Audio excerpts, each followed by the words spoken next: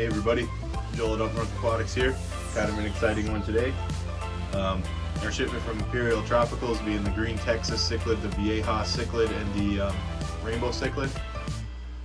Been with us a few weeks now, no sign of disease. They're all eating really well. Everything's looking awesome, so it's time to scape their tank. I'll walk you through it step by step, and we can try out my new tripod here, which is super cool. So I will. Let's get started with some of our hardscape here. Alright, so first things first, it looks like I bumped the camera. That's good. Still getting used to this stuff. So I guess our first most important piece to this whole thing, and if you see me checking my watch a lot, it's because I can see the screen on my watch. I can see what I'm filming. But first part would be we're going to get this old decoration out here.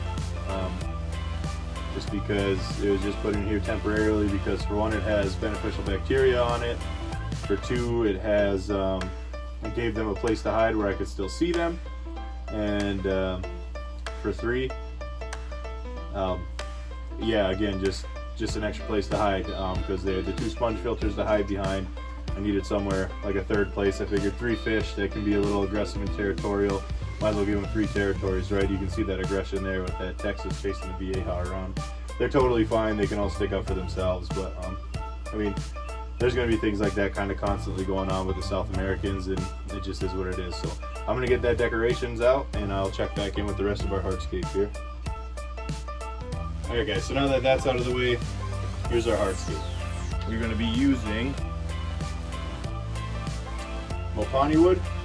We're going to use that for two reasons. One, and the most important one, is that this is going to sit in here and leach tannins into the water, and it's going to kind of mimic the waters that these guys would be used to in the wild. And for two, I'm going to wrap some of these plants around them so that these plants can kind of grow upwards. And I'm only going to stick with the hornwort here because that Vieja does eat plants.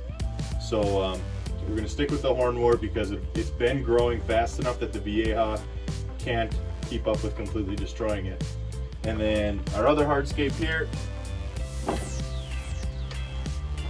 just some red rocks, because I think the red will kind of look neat in there under the white lighting on the black substrate, which you can see I already put in before the video. The reason I did that is because these guys were so pale white on the clear glass bottom trying to blend in that I wouldn't have been able to tell if they got sick with anything. I wanted to be able to catch diseases and things like that, so I did go ahead and just add this is just sandblasting sand on the bottom, just so that the bottom was black. They would color up and I could see if they had ick, velvet, fin rot, whatever. Because when they were just on that bare bottom, they were so pale in color trying to blend in that you never would catch a disease if they had one. They could have had ick and I wouldn't have been able to tell. They were so pale trying to blend in with that bottom. And then I just scattered some pebbles throughout the front just to kind of give it more of a, I don't know, like Amazon look or something like that. Just give it more color. And the places where there's just open black sand, we're going to be covering here with our hardscape. So one thing to keep in mind is the rocks can go, the big rocks can go throughout the middle or anywhere really, as long as I don't stack them. But the wood with the plants coming off it is going to have to go in the corners, because we need to keep a big open swimming space here, because these fish are going to get big. And look at that, they're already like, well, I kind of spooked them there, but that rainbow cichlid was already coming up to my hand. I think they're already starting to recognize that I'm food. So I'm going to go ahead, I'm going to wrap this wood in some plants and just sink it in there, and kind of give you guys a look at what I do with that, I guess. Okay, literally all I did was take some hornwort, hang it from the wood, and now we'll just sink it in wherever we think it's going to look all right. Excuse me being in the shot here. I am kind of strategically placing this, I guess, so that when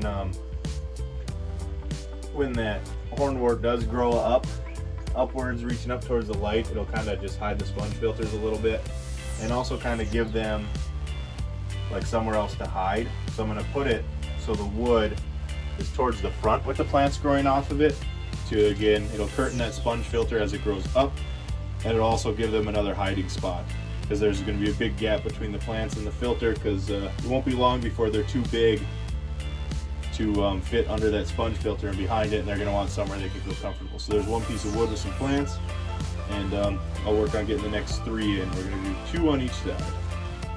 Alright, and here's our last piece for right in front of the sponge filter to hopefully grow in. I say hopefully because the vieja might eat it all before we can get it to grow in.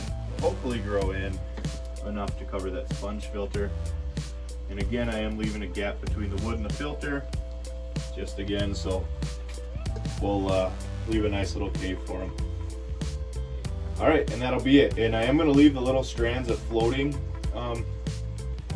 hornwort in here that are kind of like, usually they would annoy me, but I'm hoping that if I leave those floating in there at the surface, like where I put the food in, that the vieja will eat those ones and leave the ones on the bottom alone. I know it's a stretch, but we'll try it. And I mean, this is all just an experiment anyway, so I will keep you guys updated in future updates and stuff. But this is what we're going to try for now. Let's get on to our red rocks.